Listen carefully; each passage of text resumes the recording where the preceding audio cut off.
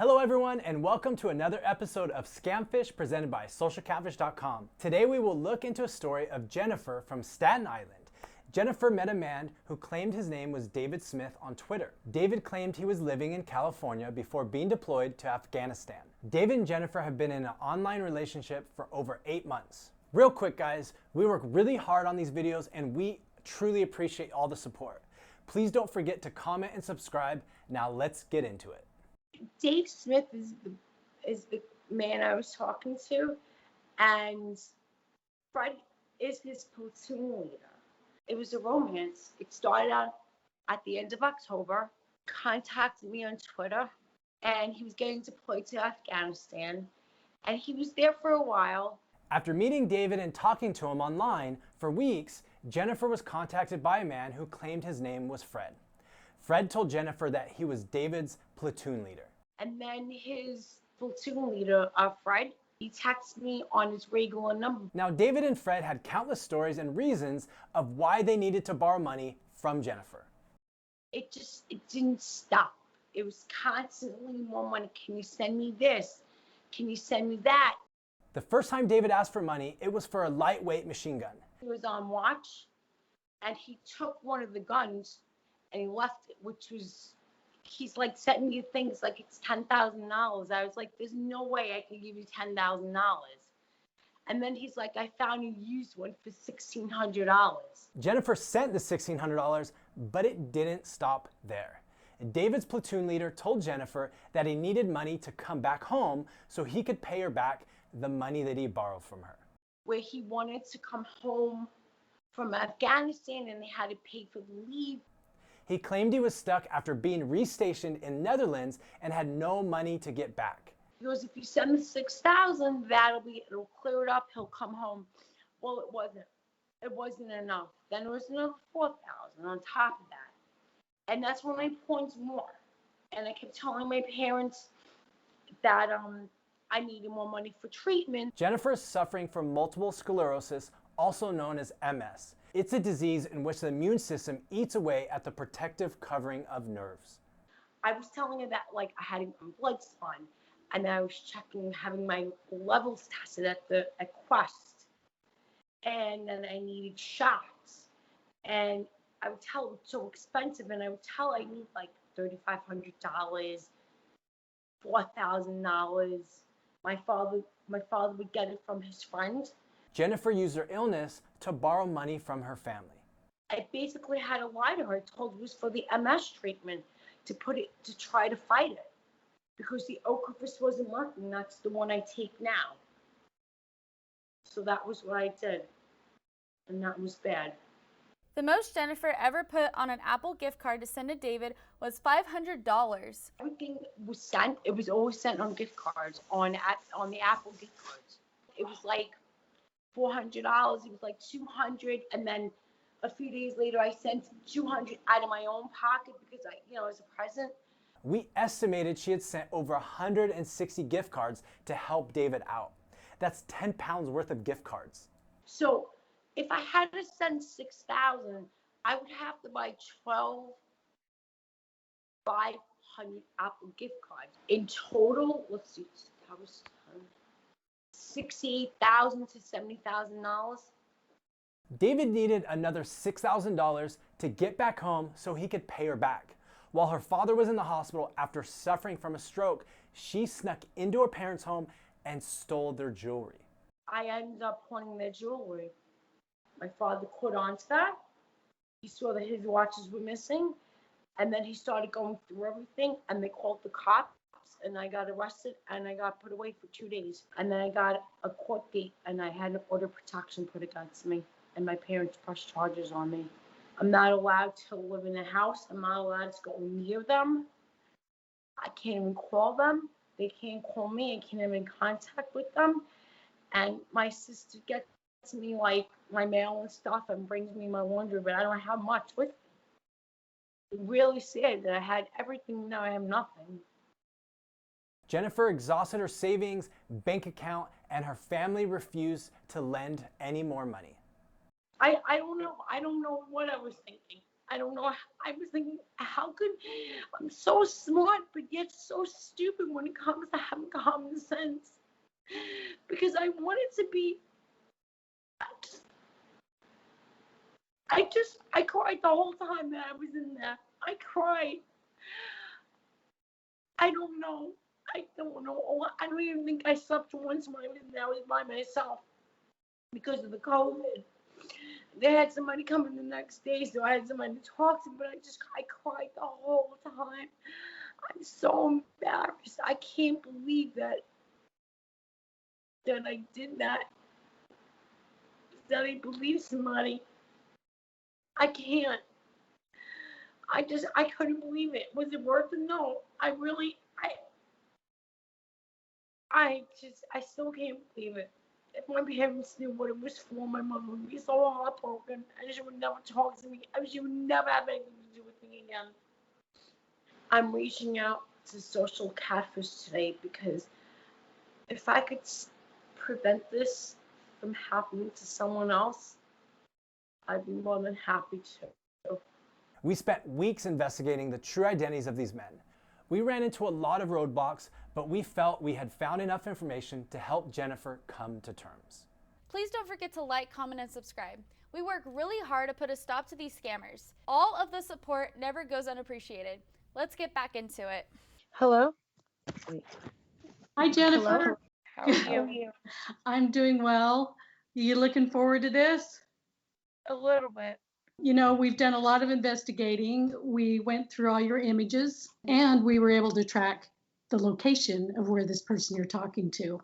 And we understand that you have been suspicious about this guy for quite a while. And so we feel like if we give you some clarity, it can kind of help you get some closure too. Sometimes understanding how it works kind of helps you understand, why did this happen to me in the first place? I'm ready. Okay, Jennifer.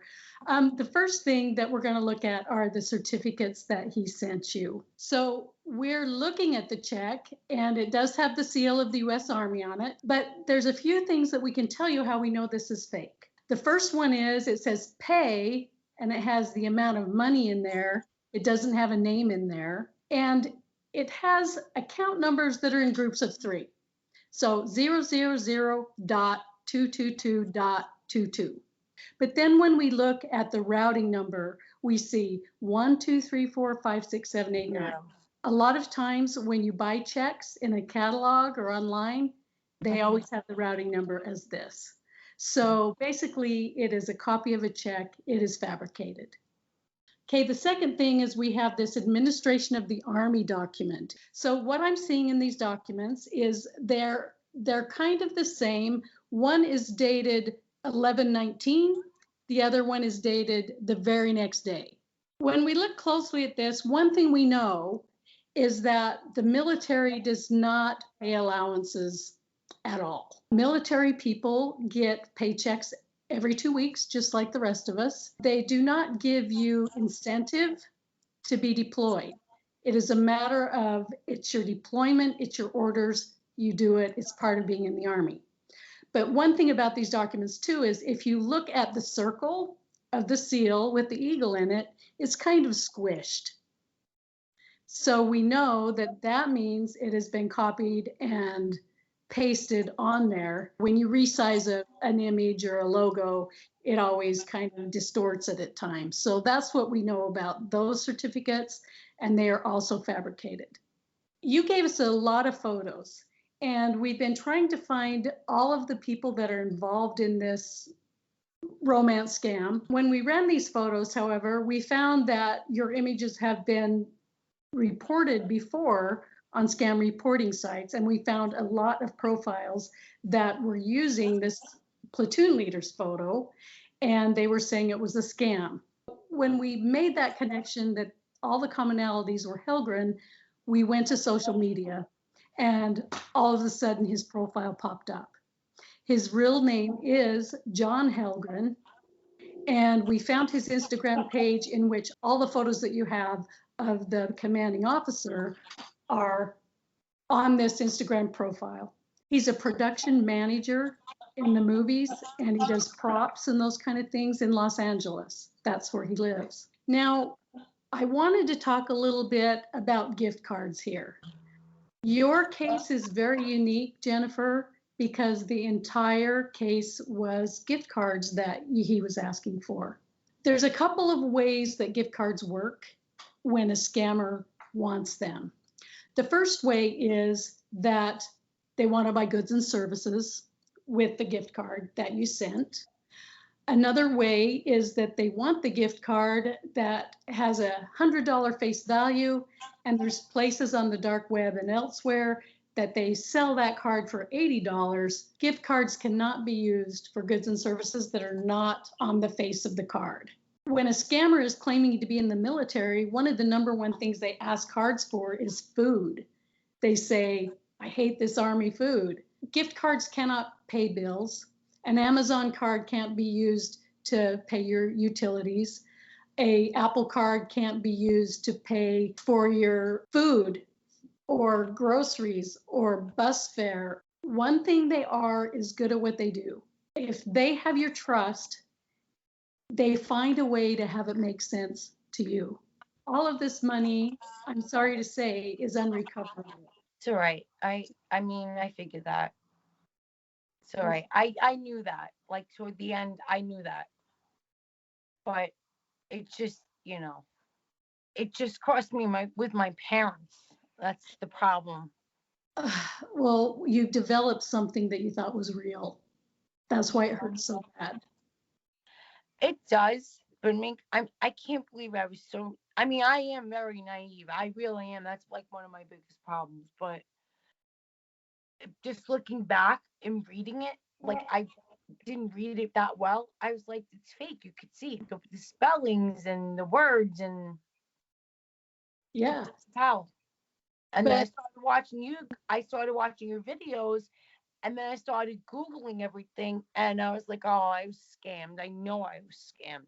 It just cost me my relationship with my parents. That's the problem. I went to jail, and my mother put an order of protection, and then my father got sick.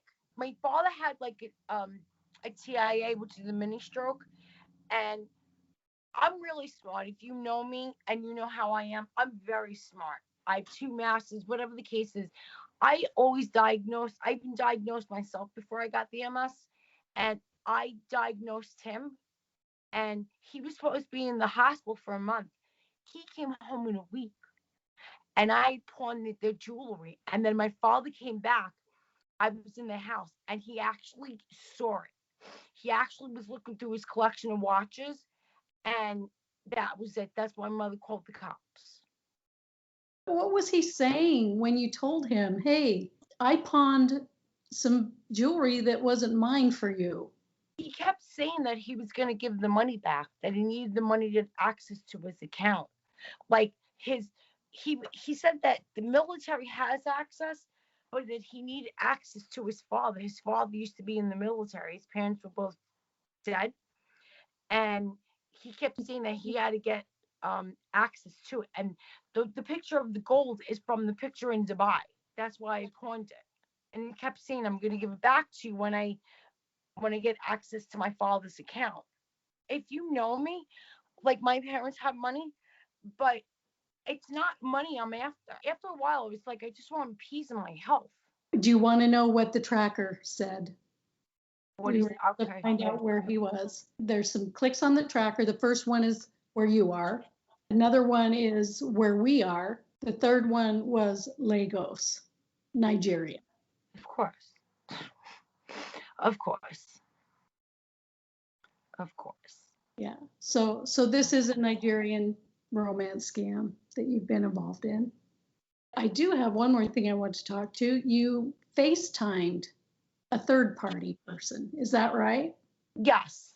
Jennifer received a FaceTime call from someone she didn't know. The young man over FaceTime told Jennifer he was a friend of David's and she should send the money to help him. Since we found the connection in Nigeria, we can probably make the connection that this Nigerian probably is David.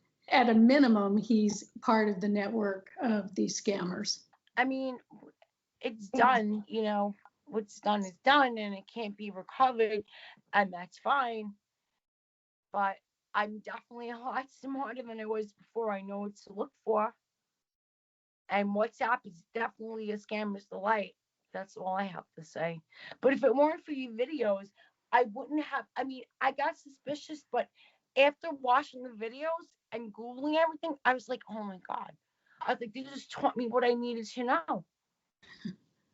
I was like, I'm just watching one video and it's amazing. I was like, how could I be so blind? I don't know. You I don't really want don't to think anything bad of someone that you love. I mean, if this was a real relationship, like face to face, you'd probably move heaven and earth for them too, right? I would. Yeah. But I have to say, Jennifer, that I commend you for coming forward and doing this video for us. It takes a lot of courage, but as you yourself saw, they're powerful and they mean something when it's a real person that this happened to, and I'm not alone. Thank you for helping me. I appreciate it. I just want to help protect other people and inform them so they don't have to go through the same thing. Or if they are, just to get them to stop, prevent them from sending more money and, having them victimized. Because the whole life will be turned upside down. Yeah. I don't want that to happen to anyone else. Scams come in so many different forms. If you have been a victim of any of the scams below, please email us at sharemystory@socialcatfish.com. We'll get to the bottom of it with help from our Social Catfish team. By sharing your story with our YouTube audience, we can educate, spread awareness, and maybe someday we can put an end to these scams. Thanks for watching another episode of Scamfish presented by socialcatfish.com. Don't forget to like, comment, and subscribe to get updates on our new episodes.